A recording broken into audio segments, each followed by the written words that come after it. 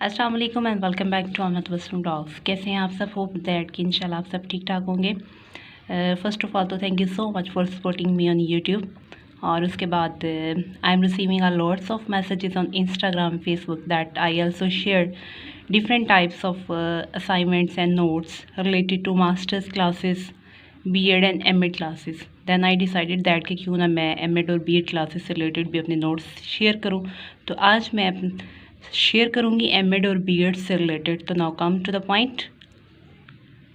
आज मैं M.Ed की कुछ नोट्स हैं वो शेयर करूँगी और जो मेरा टॉपिक होगा वो है प्लाटो स्टेजेस ऑफ एजुकेशन। यानी इसमें प्लाटो जो है वो एजुकेशन की स्टेजेस के बारे में बता रहे हैं कि कितनी टाइप्स के एजुकेशन की स्टेजेस होनी चाहिए अकॉर्डिंग टू प्लाटो। उसमें वो डिफरेंट स्टेजेस को कैटेगराइज करता है और उसमें बताता है कि डिफरेंट एजेस के स्टूडेंट जो से हैं वो किस तरीके से और किस टाइप से स्किल और टैलेंट जो है वो शो कर सकते हैं। तो चलते हैं अपने पॉइंट की तरफ। प्लाटोस ने एजुकेशन की जो स्टेजेस हैं उनको डिस्कस की है। ये हो सकता है कि ये ऑब्जेक्टिव में भी आ जाए, सब्जेक्टिव में भी आ जाए, तो एटलीस्ट हमारे पास इन्फॉर्मेशन का होना बहुत ज़्यादा नेसेसरी है।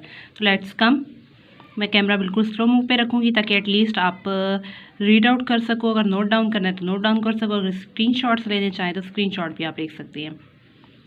प्लाटोस का है जी स्टेजेस ऑफ एजुकेशन को उसने डिस्कस किया है।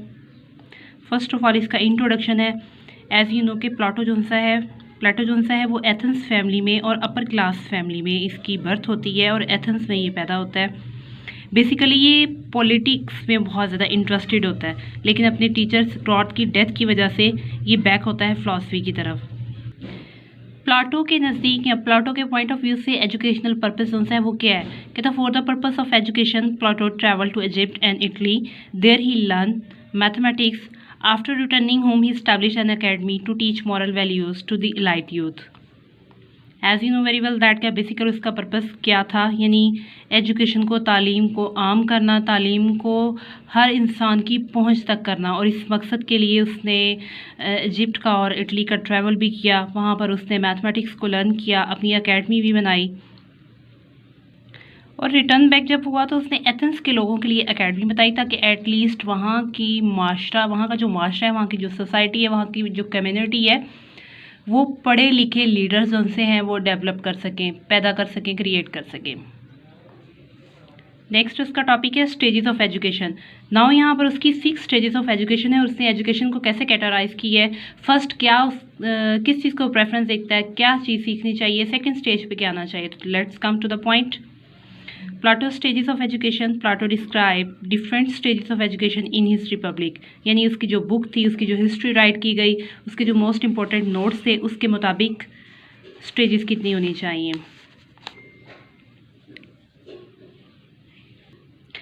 प्लाटो जो है वो 6 to 7 ईयर्स से पहले की जो स्टेज है उससे देखते हैं। According to the Plato the education of child should start at the stage of 7 year. यानी तालीम जो सी है वो 7 ईयर से स्टार्ट की जाए। And before this stage the child should stay with their mother और elders and learn moral education from then. यानी इससे बच्चा पहले जो है अगर वो घर में रहता है, घर वालों से मिलता जुलता है, बाहर उठता है, बैठता है, तो वो अपनी तालीम जो है वो उनसे सीखता है। यानी बहुत सी ऐसी बातें हैं जो पेरेंट्स जो हैं वो बच्चे को सिखाते हैं, जिसे हम लोग कहते हैं कि इनिशियल एजुकेशन। प्री नर्सरी जो सी है वो बच्चा जो है वो अपने घर में करता है और 7 ईयर से इसकी जो एजुकेशन है वो उसने स्टार्ट की है। Second stage after the age of 6 और 7 years both girls and boys should be separated.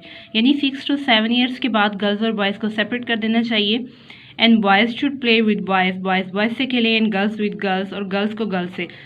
जैसे अब हमारे प्राइवेट स्कूल्स में सिस्टम चल रहा है कि हम नर्सरी, प्री नर्सरी में यानी 4th तक जो है वो को एजुकेशन है, एंड आफ्टर डेट बॉयज़ को 5th में सेपरेट कर दिया जाता है। वो कहता है कि ऐसे नहीं होना चाहिए।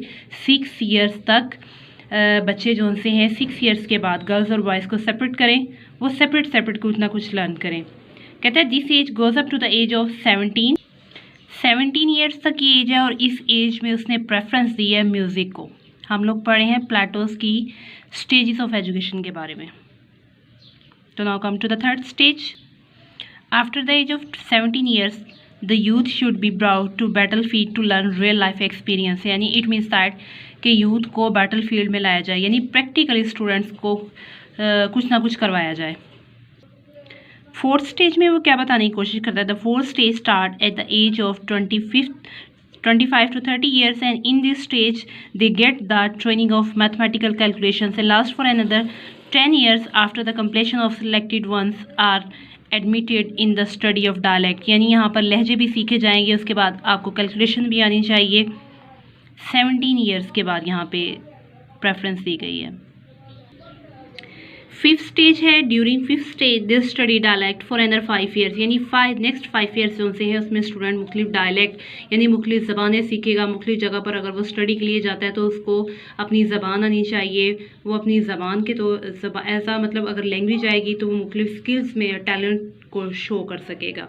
उसकी फिफ्थ स्टेज जो सी है वो शो कर रही है डायलैक्ट्स को हमें ज़बान आनी चाहिए। और मोस्टली ऐसा हमारे साथ होता है कि अगर हम आउट ऑफ कंट्री ट्रैवल करते हैं, अब्रॉड ट्रैवल करते हैं तो हमें इंग्लिश लैंग्वेज नहीं आती। After the fifth age, one is ready to become a ruler, philosopher, and the one enter in practical life. It means that 25 से 30 की एज के बाद इंसान जो सा है वो प्रैक्टिकल लाइफ में एंटर हो जाता है। उसको ज़माने के बारे में कुछ ना कुछ आइडिया हो जाता है, स्किल्स के बारे में आइडिया हो जाता है, टैलेंट का पता चल जाता है। तो ये थी प्लेटोस की एजुकेशन। होप्स हो कि इंशाल्लाह आपको मेरी ये वीडियो बहुत अच्छी लगी होगी। तो काइंडली अगर आप मेरी वीडियोज़ को वॉच करते हैं तो उससे लास्ट तक ज़रूर वॉच किया करें ताकि एटलीस्ट मुझे भी व्यू पहुँचे। थैंक यू सो मच, मुझे अपनी दुआओं में याद रखिएगा और मेरी वीडियोस को लास्ट तक ज़रूर वॉच कीजिएगा। Thank you so much and अल्लाह हाफिज़।